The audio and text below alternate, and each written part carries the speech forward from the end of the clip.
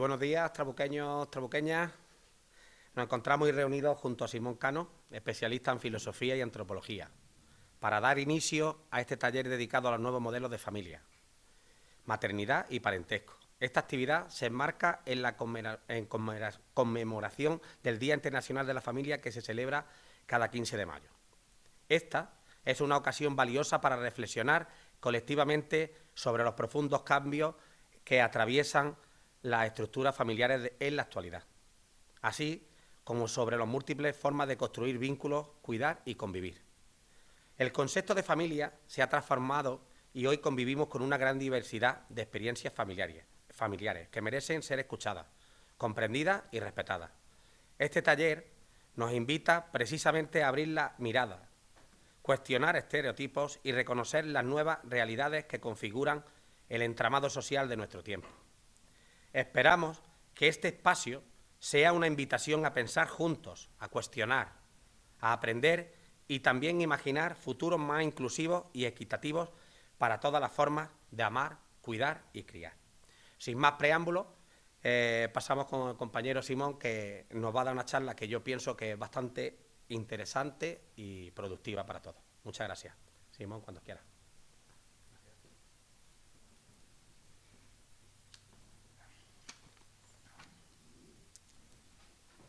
Buenos días a todas las personas que han asistido de manera voluntaria e involuntaria.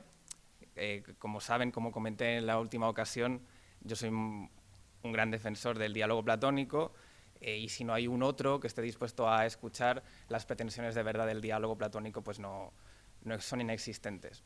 Como siempre, lo primero, agradecer la deferencia del Ayuntamiento, de su alcalde, de sus concejales, de Raquel, por la organización de la ponencia y recordar un poco los motivos que dinamizan este ciclo de ponencias que titulamos Pensar la diversidad, que también es una manera de hacer descender la producción de conocimiento que se da en las ciencias sociales y que en muchas ocasiones, a través de la divulgación en redes sociales y medios de comunicación, se trivializa o se frivoliza en favor de los tiempos y los modos de este tipo de plataformas. Entonces, este ciclo lo que busca precisamente es divulgar sobre ese conocimiento que se ha producido desde científicos y científicas sociales y, en este caso, sobre uno de los cambios de paradigma más importantes y escurridizos, que es el tema del parentesco en la modernidad tardía. De manera que a lo largo de esta ponencia, taller, yo creo que al final quien quiera podrá preguntar, podrá indicar aquello en lo que no está de acuerdo, pero como siempre el contenido de estas ponencias es descriptivo más que prescriptivo, es decir, que no pretendo realmente abordar el deber ser de las cuestiones sociales, sino cómo se han descrito en ciencias sociales. De este modo, me gustaría empezar por hacer un resumen sobre el contenido de este taller, porque realmente todos somos conscientes de que el concepto de familia es un concepto que puede rastrearse milenios atrás, ¿no? Sin embargo, el tratamiento de este concepto a lo largo de estos años ha mostrado cierta ineficacia para copar los nuevos significados que está adquiriendo en esta modernidad tardía o capitalismo tardío. Igual que la última vez, que los que estuvieron aquí se acordarán, que fue el día siguiente al apagón, a mí me gustaba empezar con una frase de Ortega sobre la electricidad. En esta ocasión me gustaría hacer alusión a Aristóteles, el tutor de Alejandro Magno, entre muchas otras cosas, porque precisamente para Aristóteles, y sus reflexiones son vigentes y pueden rastrearse hasta nuestros días, es necesario entender al individuo como alguien inserto en una comunidad social. Es decir, para que el individuo pueda explotar sus capacidades, es decir, para que yo, por ejemplo, pueda explotar mis talentos, necesito a lo mejor pues, un círculo educativo que potencie y que me permita desplegar esas potencias. Es decir, las bases de la sociedad son lo que de alguna manera permiten que el individuo se realice. Es lo que denominaba Aristóteles el zoos politikon o el animal social. Es decir, necesitamos estar inscritos en una comunidad social para llevar a cabo nuestras potencias. Sin embargo, tiene que existir una unidad, una síntesis primigenia que de alguna manera justifique esa sociedad y comunidad. Y para muchos filósofos, y sobre todo para Aristóteles, esa primera unidad es la familia. Tiene unos cuantos libros, sobre todo en la política y en la ética a Nicómaco, que dedica a su hijo, en los que reflexiona sobre las bases experienciales de la familia, cómo se pueden producir amistades dentro de la familia, porque en muchas ocasiones hablamos de familia y asumimos que los miembros, los integrantes de una familia se llevan bien. Él ya preconiza estas cuestiones en un segmento que dedica a las amistades dentro de la familia. Cuando habla de las amistades dentro de la familia es muy curioso. Supongo que algunos de los presentes tendrán hermanos y podrán comprobar la vigencia o no de lo que decía Aristóteles, pero precisamente él decía que los hermanos, al haberse criado en una misma unidad comunitaria, es decir, la familia, tienden a llevarse bien, ¿no?, entre ellos. El refrendo empírico de los hermanos llevándose bien es cuanto menos cuestionable, ¿no? O incluso habla de la amistad que pueden tener los padres con los hijos, ¿no? Cuando hablo de padres y madres, porque para él realmente padre y madre tienden a tener una amistad con los hijos porque los han producido. Y para él, para Aristóteles, precisamente este es el motivo por el cual la amistad que tienen los padres hacia los hijos es más fuerte que la que pueden tener los hijos hacia los padres. Porque si lo pensamos realmente, el padre y la madre son conscientes de la existencia del hijo mucho antes que el propio hijo. Es decir, la mujer y el hombre son conscientes de que lo están gestando, de que se están preparando para ello, ¿no? Entonces, ese tiempo necesariamente implica que lo conocen o lo conciben desde hace más tiempo que el hijo a los padres, ¿no?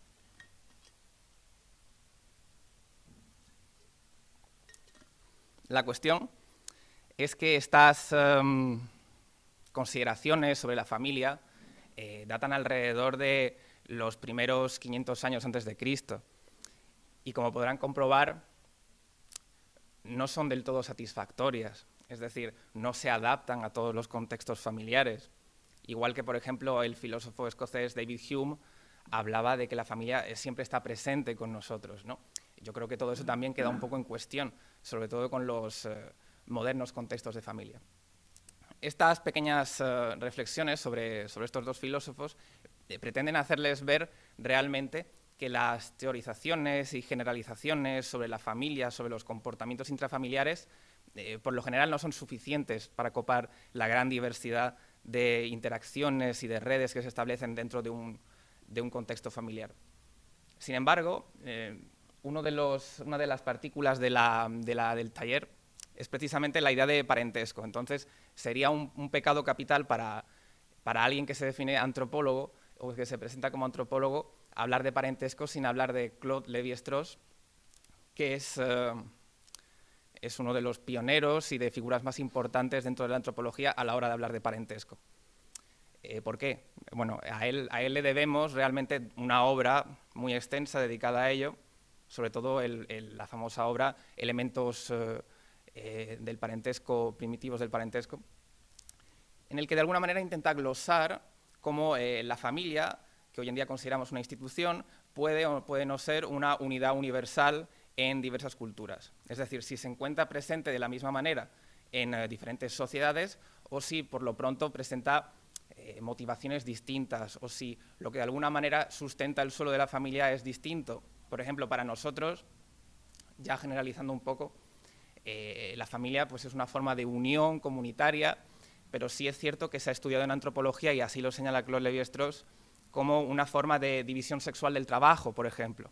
Es decir, cómo a partir del matrimonio y de la afiliación se empieza a producir una división del trabajo en el que comúnmente se ha reconocido que el hombre cazaba o que la mujer recolectaba. Sin embargo, este tipo de juicios se han convertido un poco en generalizaciones que hay que coger como grano de sal porque en algunas ocasiones muestran que no sirven para analizar a todas las sociedades. Es decir, no todos los comportamientos sociales responden a la misma idea de familia. Pero, sin embargo, sí que existe una tendencia dentro de los modelos de familia a generar una norma social. Es decir, casi todas las sociedades, por ejemplo, y esto se puede discutir, pero es lo que se ha señalado, por ejemplo, muchas sociedades sienten una aversión directa hacia el celibato. es decir, hacia aquellas personas que no quieren tener relaciones o que son solteras o son solteros. Y esto tiene un matiz muy interesante porque en sociedades primitivas donde la familia representa una forma de organizar y dividir el trabajo, todo es entendido como algo que se hace entre dos. Entonces se entiende que la persona soltera o célibe no está participando de actividades en las que se supone que siempre participa una pareja, ¿no? Entonces es curioso cómo sí que hay elementos que se reproducen en diferentes culturas, como por ejemplo esta aversión al celibato, ¿no? Pero cuando los antropólogos intentan analizar el parentesco, aplican estas categorías y de alguna manera pues homogenizan mucho la expresión de estas culturas. Otro elemento común que seguramente conocerán remite un poco también a la charla del otro día en el que hablamos sobre los motivos culturales del odio. Es precisamente cómo se ha intentado estigmatizar toda aquella forma de parentesco, de filiación que no busque la reproducción sexual, ¿no? Donde el parentesco quede excluido. Entonces, de alguna manera se ha entendido que las sociedades que operan así, es decir, las sociedades polígamas, poligénicas, es decir, hay una pequeña distinción que habría que realizar aquí, porque realmente la poligamia pues normalmente en el significante flotante que tenemos de la poligamia es entendida como la multitud de parejas, ¿no? Sin embargo, la poligamia, entendida en antropología, es una división entre la poliginia y la poliandría.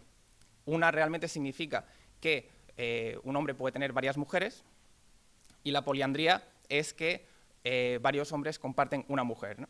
Entonces, las sociedades polígamas realmente representan una unión de estas dos significaciones. Ahora bien, podemos ver realmente que esta predilección que existe a describir todas las sociedades como, de alguna manera, fetichizando la relación monógama como la ideal, de la manera en la que estructuran la división social del trabajo y sexual del trabajo, no es tal porque se comprueba que hay diferentes sociedades y culturas que ponen esto en cuestión, ¿no? Por ejemplo, existe una tribu que la había estudiado Levi-Strauss en Brasil, que son los denominados Muria, que Muria en brasileño significa madera. Y para estas sociedades realmente lo que hacían es que cuando el individuo, hombre o mujer, llegaba a la pubertad, estos eran expuestos pues, a varias parejas sexuales, ¿no? Y estaban así durante varios años hasta que ya entraban en un momento en el que tenían que comprometerse, ¿no? La cuestión está en que nunca podían comprometerse con la persona o las personas con las que habían tenido contacto sexual antes, ¿no?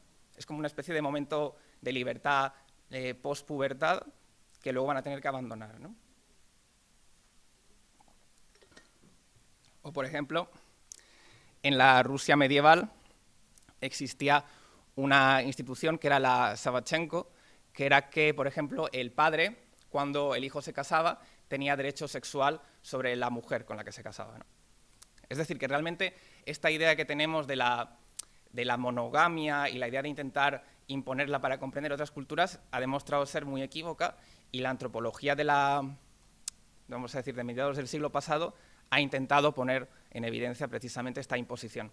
Porque antes los antropólogos, las antropólogas, lo que hacían era que iban a lo mejor, como Margaret Mead, que iban a una isla y en esa isla pues, se dedicaban a tomar notas de las interacciones, ¿no? Y entonces todo aquello que no encajaba con las ideas que tenían preconcebidas de la familia era descrito de alguna manera peyorativa, anormal. Esto hay libros muy interesantes que reflejan a lo mejor cómo las primeras expediciones a Brasil describían las sociedades de aquella época, cómo la actitud sexual o las diferentes formas de parentesco eran vistas como problemáticas. Y todo esto son contextos de hace 100 años o más, de manera que se prestan a problematizaciones todavía mayores en la medida en que estamos experimentando cambios sociales, tecnológicos, que también aperturan nuevos horizontes de certezas y de incertidumbres para aquellas personas que deciden formar una familia. Realmente esto es muy interesante porque normalmente cuando la ciencia realiza una prescripción sobre riesgos, sobre comportamientos considerados normales o anormales, muchas veces no tienen en cuenta la valoración social de ese tipo de cuestiones, ¿no? Como veremos ahora justo con un ejemplo, lo adelanto, que es el caso de la maternidad tardía. Es decir, una ponencia, como yo estaba hablando antes precisamente, del tipo que a lo mejor verían en redes sociales, lo que harían sería poner aquí una tabla donde ponen diferentes modos de familia con sus características y todo esto, ¿no? Sin embargo, eso comete un error, ¿no? Y es que compacta mucho la experiencia humana, porque realmente no se puede realizar una división familiar así si no existe una contextualización de sus modos y cómo precisamente problematizan la cuestión de imponer estas especies de lentes monógamas, biparentales, que en muchas ocasiones pues, son las que generan estigma, ¿no? Entonces, yo quisiera que comenzásemos precisamente con el marco de la modernidad tardía o capitalismo tardío, porque los sociólogos y antropólogos nunca se ponen del todo de acuerdo en qué época estamos, ¿no? Es decir, hay gente que habla de modernidad temprana, tardía, lejana. Entonces, para que nos entendamos ahora mismo, la modernidad tardía es un momento en el que el capitalismo ha llegado ya a unos límites postindustriales, es decir, que ya no es solamente una industrialización del mundo, sino que hay una división social del trabajo, hay una especialización, es decir, que los trabajos han sufrido lo que se llama una fragmentación, ¿no? Es decir, ya no existe, a lo mejor, ya en términos académicos, un intelectual dedicado solamente a lo social, ¿no? Sino que dentro de lo social hay alguien dedicado al parentesco y dentro del parentesco a un tipo particular de familias, ¿no? Entonces, esta segmentación también se ha llevado a cabo en el plano de la vida cotidiana. Al llevarse a cabo dentro del plano de la vida cotidiana, hay una reflexión que se aplica sobre la tecnología afectando al marco social en el que se produce la familia. Cuando hablamos antes precisamente de cómo se ha intentado imponer el modelo monógamo biparental en los estudios del parentesco, precisamente esto radica en que dependemos de nuestro marco social y que todas las decisiones que tomamos están insertas en un marco social del que dependemos, que al fin y al cabo es la idea de Aristóteles, es decir, la síntesis que justifica nuestra existencia se basa en que hay una comunidad que nos sostiene. Sobre esto volveré más adelante. Y esta coyuntura se puede apreciar muy bien en diferentes modelos de familia que están siendo cada vez más estudiados por las ciencias sociales y que adelanto que van a ser: una es la maternidad tardía, que la comentaremos más tarde; otra son las familias reconstituidas; otras son las familias que elegimos, que es un marco que surge precisamente para dar voz y visibilidad a aquellas familias que rompen precisamente con los modelos biparentales y heteroparentales, y representan muy bien cómo este ciclo vital que se supone siempre a los modelos primitivos de parentesco, porque el problema de los modelos primitivos de parentesco es que suponen que la vida está conformada por ciclos, es decir, uno pasa por ciertas etapas de la vida y cuando las va terminando las va oficializando con un comportamiento que se acaba normalizando, ¿no? Y acaba instituyendo un poco lo que se considera o no normal. Para los antropólogos, este modelo de ciclo vital ha demostrado ser insuficiente porque representa la vida con etapas demasiado compactas y coherentes consigo mismas. Es decir, no sé los presentes, pero los testimonios que hay recogidos al respecto muestran que la vida es mucho más compleja y se presta más a problematización que una segmentación por ciclos. Es decir, en muchas ocasiones no podemos decir que empezamos o salimos de una época simplemente porque está marcada científicamente con esa edad, ¿no? También hay una interacción social que la determina y abre el abanico de certidumbres e incertidumbres. Entonces, en antropología, más que de ciclo vital, se ha hablado de coyuntura vital, ¿no? Entonces, me gustaría que retuvieran lo de coyuntura vital porque es una categoría analítica bastante importante. La coyuntura vital es una forma que tiene el individuo de presentificarse sus posibles futuros ante un momento de incertidumbre. Es decir, el advenimiento de una enfermedad o un embarazo, cuestiones que abren muchos futuros, es decir, que traen muchos futuros a la cuestión, es lo que se entiende como una coyuntura vital, en la que una persona busca referencias en una situación donde no sabe cómo orientarse. Para muchos antropólogos y antropólogas esto representa una manera de entender la experiencia humana con toda la falta y carencia de certezas con las que muchas veces nos encontramos. Es decir, el problema del otro modelo de vida es que de alguna manera supone que el individuo es constantemente racional y que siempre puede someter a juicio por lo que está pasando, ¿no? Entonces, la coyuntura vital se expresa muy bien en aquellos modelos de familia o parentesco que precisamente intentan instituirse o constituirse en un mundo donde antes no existían, ¿no? O donde eran mal vistos, ¿no? Un ejemplo que ha llamado mucho el interés de los antropólogos es el de las maternidades tardías y paternidades tardías. Es decir, generalmente la ciencia ha llegado a un consenso sobre que la maternidad debería producirse antes de los 35 años, ¿no?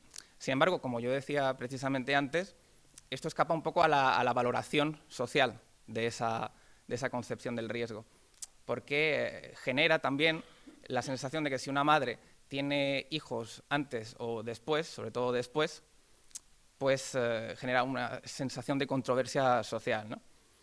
Entonces, la maternidad tardía expresa muy bien como un modelo de familia alternativo o habitualmente mal visto, porque como comentábamos antes precisamente, familias, personas solteras o el celibato siempre era visto como algo que se salía de la norma social, ¿no? Entonces, una persona que se supone que tiene hijos a una edad donde normalmente pues, no se considera socialmente aceptable, es fuente de problematización, ¿no? Y a la antropología le ha interesado por cómo hombres y mujeres que muestran esta franja generacional con respecto a sus hijos, porque se considera que una familia tardía es aquella donde los padres se llevan unos 40 años de distancia con los hijos. Arriba o abajo. Pero bueno, ese es más o menos el consenso. Entonces, esto genera un gran interés por la antropología a la hora de establecer lazos interactivos de cuidado, es decir, cómo una familia en la que se llevan 40 años con el hijo configura su percepción del abuelo o de la abuela, por ejemplo, ¿no? Porque esto supone un matiz problemático, ¿no? Y es que la diferencia generacional con los hijos en las familias tardías también se da con los abuelos, ¿no? Entonces, esto genera particularidades que son muy interesantes porque permiten ver cómo las personas dentro de estas familias construyen sus redes de cuidado, es decir, a quienes les dejan la responsabilidad de los hijos cuando tienen que trabajar, etc. No obstante, las familias tardías son solo un ejemplo para que vean realmente cómo los modelos rígidos de familia o las ideas que tenemos del parentesco en muchas ocasiones nos impiden concebir como normales otras alternativas, ¿no?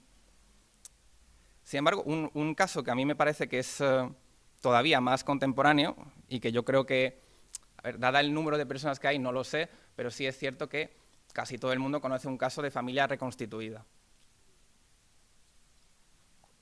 ¿Qué es una familia reconstituida? Pues una familia reconstituida se supone que es aquella en la que se une una pareja que tienen hijos pero no los tienen en común, ¿no? Es decir, que son hijos que vienen de un matrimonio anterior o de una relación anterior. Esto, al igual que el primer modelo que he presentado, también se presta a la misma forma de estigmatización, pero también a la propensión de generar nuevos vínculos dentro de las propias familias, ¿no? Voy a empezar con un detalle que yo creo que es una cosa que muchas veces se pasa por alto, y es que no sé si se habrán dado cuenta, ¿no? Pero es cierto que en las familias reconstituidas, cuando se juntan, se forma una pareja con hijos de diferentes relaciones, hay una cosa que se produce y casi nadie habla, que es la multiplicación de los abuelos. Es decir, esto casi nunca se menciona, pero sí es cierto que ya de por sí en una pareja, cuando se junta y se juntan hijos de diferentes familias, hay también la natural propensión a que la cantidad de abuelos se multiplique dentro de una familia, ¿no? Y se comenta muy poco.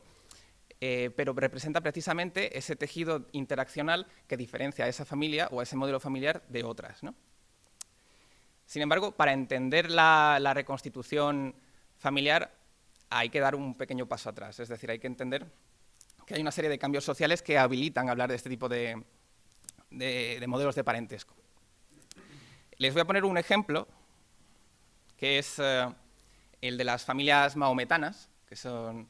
Bueno, pues en Marruecos, por ejemplo, el modelo que se ha utilizado para estudiar las familias es el modelo de familia extensa, o Ayala, ¿no? Ayala, que bueno, pues habla de núcleos familiares grandes, amplios, donde generalmente pues, suelen convivir en una sola residencia, ¿no? Es decir, que nosotros solemos pensar que en la casa, pues, con el modelo monógamo y parental, madre, padre, hijos, ¿no? En una casa.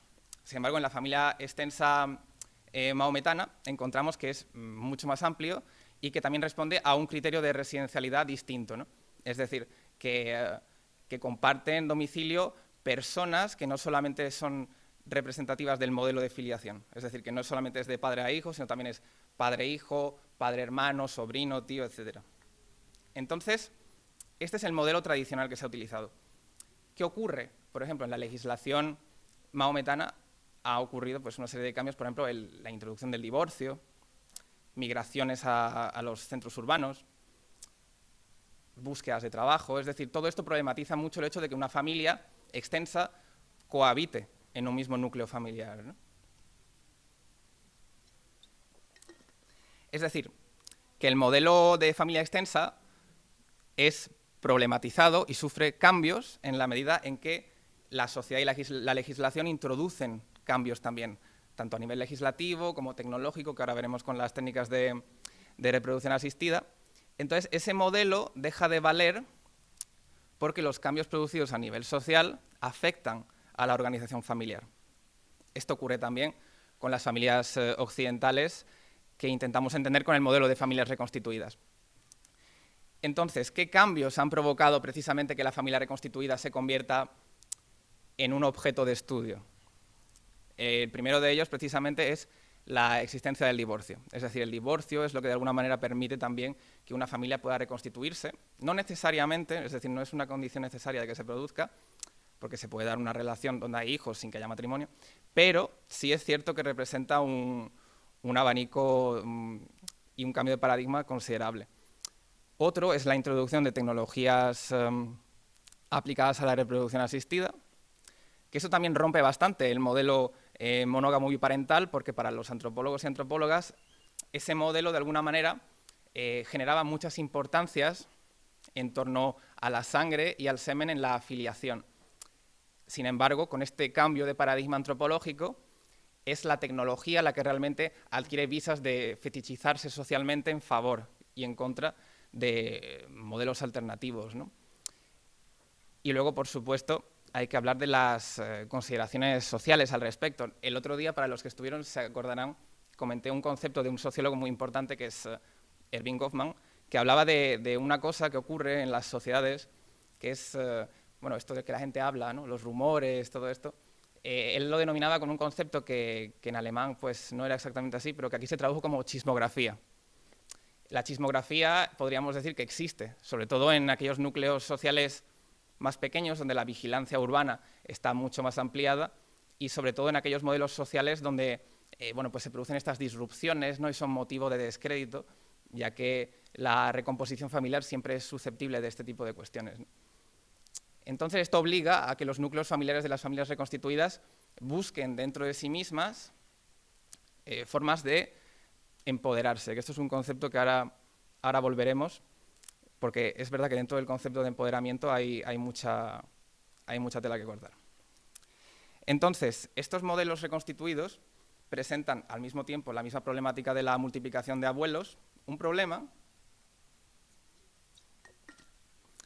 que es como los padres y las madres que forman parte de estos tejidos familiares construyen sus identidades, ¿no? Es decir, hay dos lógicas que se pueden producir en este tipo de situaciones. Una es la lógica de la sustitución, es decir, que la madre o el padre anterior se siente sustituido por el posterior, ¿no? Entonces, esto lo que hace es que merma la autoconfianza y la sensación de confianza personal de los padres o de las madres. Y luego está la lógica de la complementariedad, es decir, aquella en la que la madre o el padre no se siente necesariamente un sustituto, sino se siente como un elemento que viene a sumar a una nueva coyuntura familiar, ¿no? Entonces, como pueden ver, realmente las problemáticas que podemos entender dentro del parentesco contemporáneo son bastante ricas porque aperturan nuevos modos de entenderse, nuevos modos de ritualizar la interacción dentro de la familia. Por ejemplo, una cuestión muy interesante también es cómo los hijos de las familias reconstituidas tratan de entender a la madre o el padre que acaba de ser integrada en el núcleo familiar, ¿no? Entonces, y cómo se relaciona con los hermanos, es decir, con el hijo de la otra pareja que ahora pasa a ser su hermano, ¿no? Entonces, esto forma lo que se denomina en antropología unas fratrías no intencionales, en las que por el bien del núcleo familiar lo que se busca es precisamente que se lleven bien, ¿no? que puedan interactuar con naturalidad.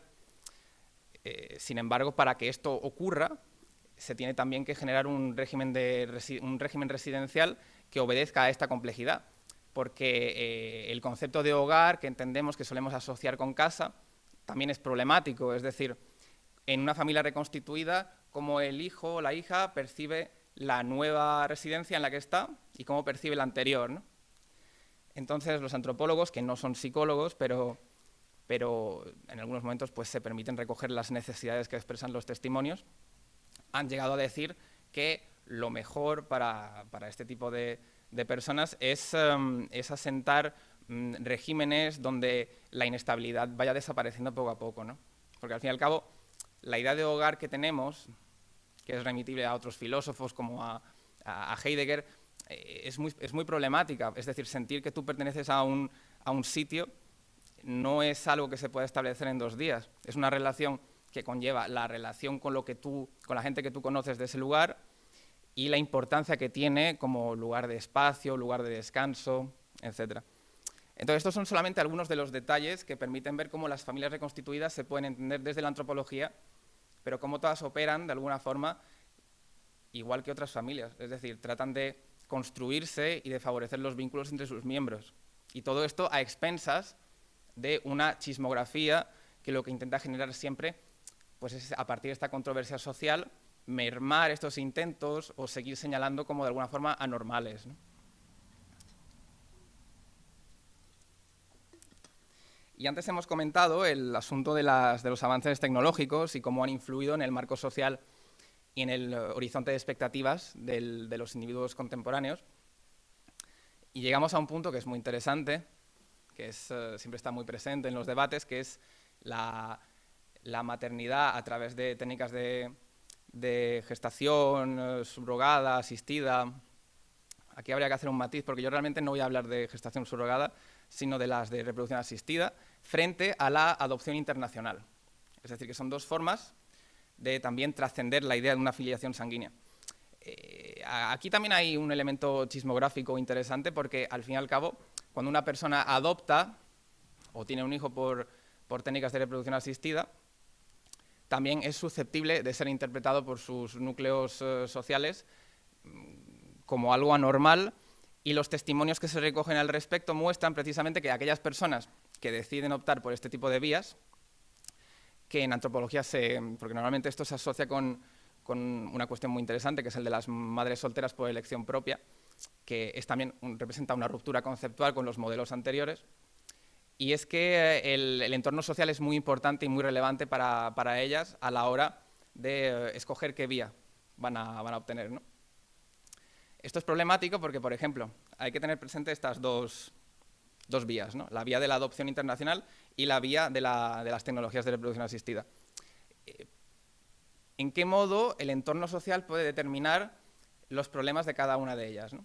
Entonces, algunos testimonios recogen que las madres estaban muy preocupadas por un elemento concreto que se produce mucho en este tipo de circunstancias, y es pues los rasgos étnicos del niño o de la niña que van a adoptar, ¿no?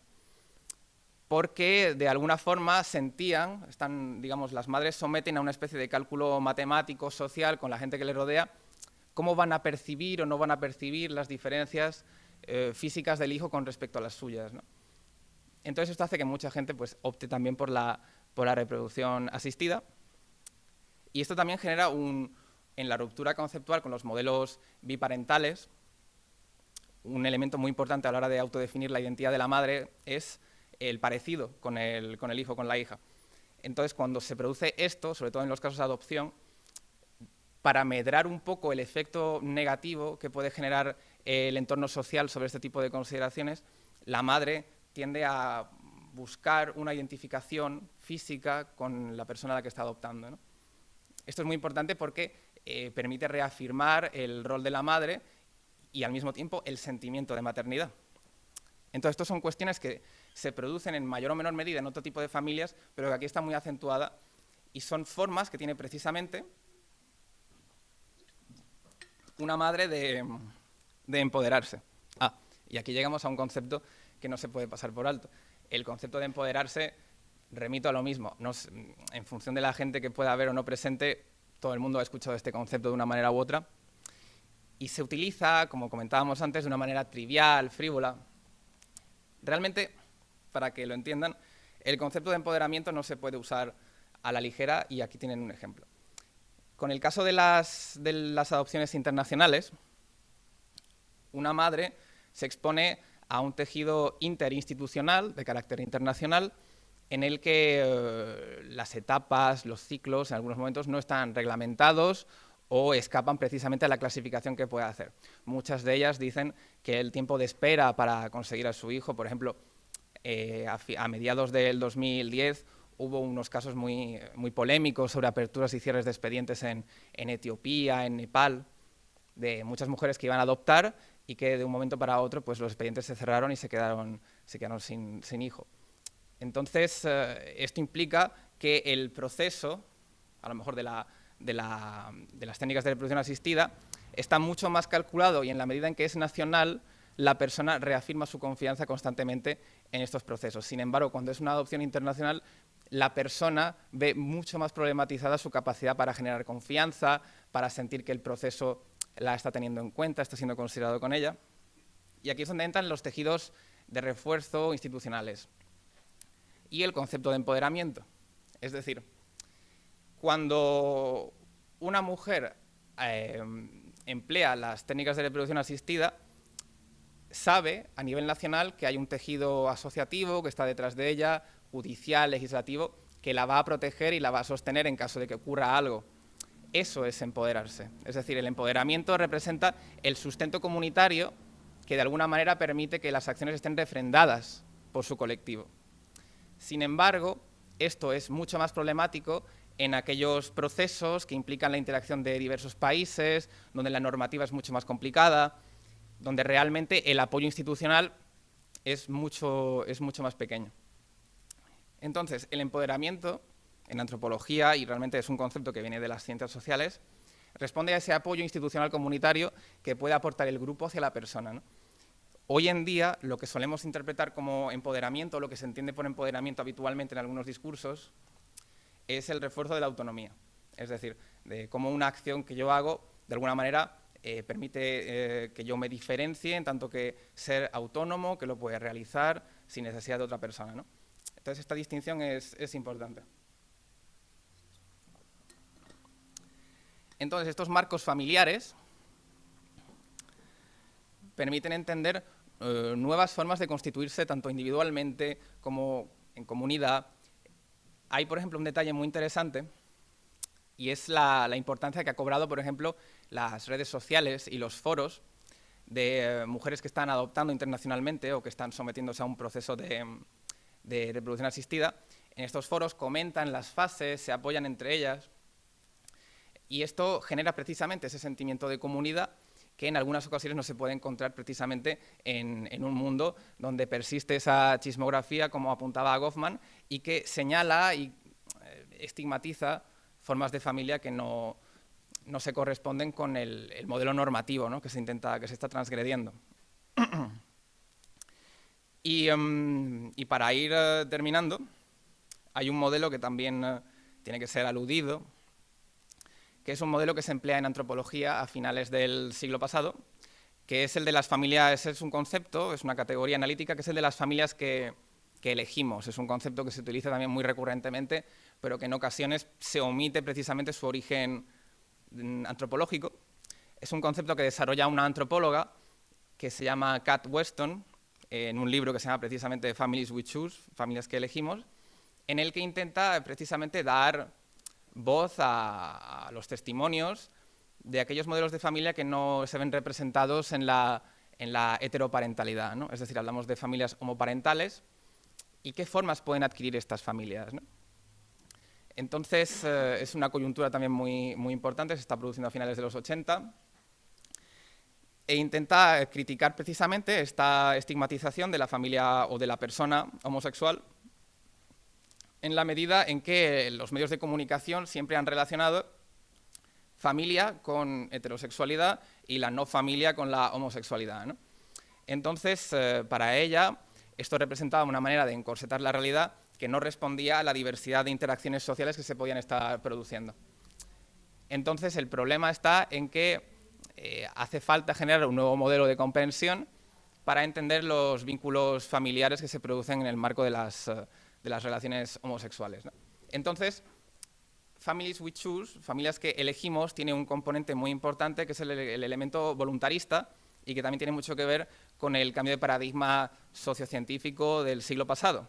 Es decir, ahora con la división social del trabajo y la llegada de ciertas tecnologías, la democratización de ciertas tecnologías también, se produce una cuestión y es que las personas pueden planificar su régimen de maternidad. Es decir, ahora la tendencia es a ser capaces de generar un momento, de entender un momento en el que yo quiero tener un hijo. Es decir, antes era una relación un poco más arbitraria, en el que el hijo o la hija se tenía por una serie de circunstancias sociales. Siguen existiendo esas circunstancias sociales, pero es cierto que habilitan la generación de espacios, de tiempos, donde la persona, si se considera preparada a nivel económico o a nivel psicológico, accede o no accede a tenerlo, ¿no? Entonces, es un elemento voluntarista, es decir, de la persona decide. Y lo más importante también, que es una cuestión que habría que mencionar, es que la mujer, que generalmente se ha entendido como que tenía que ser el elemento pasivo de la relación y que tenía que ser tributaria del deseo del hombre a tener hijos, ahora ya no. Es decir, ahora es justo al revés. Ahora es el deseo de paternidad del hombre es tributario precisamente de la voluntad de la madre de tener o no tener hijos, ¿no? Es un cambio de paradigma muy importante, sobre todo con el advenimiento de los estudios de género. Y en el caso de las familias que elegimos, el elemento voluntarista es todavía más importante, ¿no? Es decir, contra los modelos de familia, contra en el sentido metodológico, no ideológico. Frente a los modelos de familia tradicionales, en las familias que elegimos de carácter homoparental, los miembros que conforman la familia son elegidos por las personas que la conforman y ese tejido de amistades o de familiares empieza a constituirse a partir de las decisiones y de los horizontes coyunturales de las personas. Entonces, eso también puede adquirir nuevas formas de relación y de parentesco, como ella misma señala, ¿no? Por ejemplo, hay un caso que ocurría en muchas ocasiones en los 80 y a principios de los 70, que era que a lo mejor un varón homosexual quería tener un hijo y le planteaba la posibilidad a una pareja de lesbianas. Entonces, entre ellos, llegaban a un punto en común, acordaban un régimen de parentalidad en el que el padre pues, se encargaría de ciertos asuntos, una cuestión bastante informal, pero que representa precisamente ese carácter voluntarista de se ponen de acuerdo, eligen y establecen su parentesco a partir de la decisión y que al mismo tiempo forma parte de un proceso de contestación política, es decir, contestan y reivindican frente a la tendencia a estigmatizar este modelo de familia como una imposibilidad, ¿no? Entonces, estos son solamente algunos de los modelos que han suscitado interés por parte de los antropólogos y antropólogas, porque al fin y al cabo se comprende que todos los individuos, todas las personas, tienen una tendencia a dejar algún tipo de legado, ¿no? Es decir, un legado que puede ser material o inmaterial. Es decir, mucha gente concibe la idea de la familia sin filiación sanguínea. En este caso, por ejemplo, supone una ruptura conceptual con esos modelos, precisamente porque va a contracorriente, ¿no? Pero va a contracorriente también porque hay un señalamiento constante y hay una contestación que se hace necesaria, ¿no? Entonces, esta forma de contestar políticamente genera modelos de familia que copan precisamente, por lo menos a nivel a priorístico y analítico, esa diversidad de lazos interactivos, ¿no? Entonces, para mí, que es una cosa que intento decir siempre, la filosofía y la antropología tienen puntos en común, como han podido comprobar. Por ejemplo, en Aristóteles hemos visto, bueno, que su análisis familiar, en condiciones normales, pues a lo mejor se puede amoldar un poco a su descripción, pero es cierto que es un poco insatisfactorio, ¿no? No obstante, hace poco yo dije esto de que la antropología era hacer filosofía con empatía, ¿no? Es decir, la antropología siempre se centra en las personas y se centra en su testimonio, más que intentar comprobar o demostrar una tesis, ¿no? Más bien la tesis en muchas ocasiones es refutada por los testimonios, ¿no?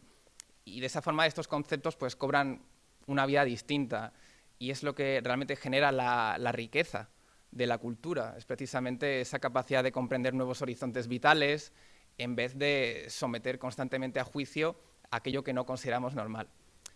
De este modo, a mí me gustaría, pues si tienen alguna pregunta o hay algo con lo que no están de acuerdo, escucharlas y espero que les haya gustado. Muchas gracias.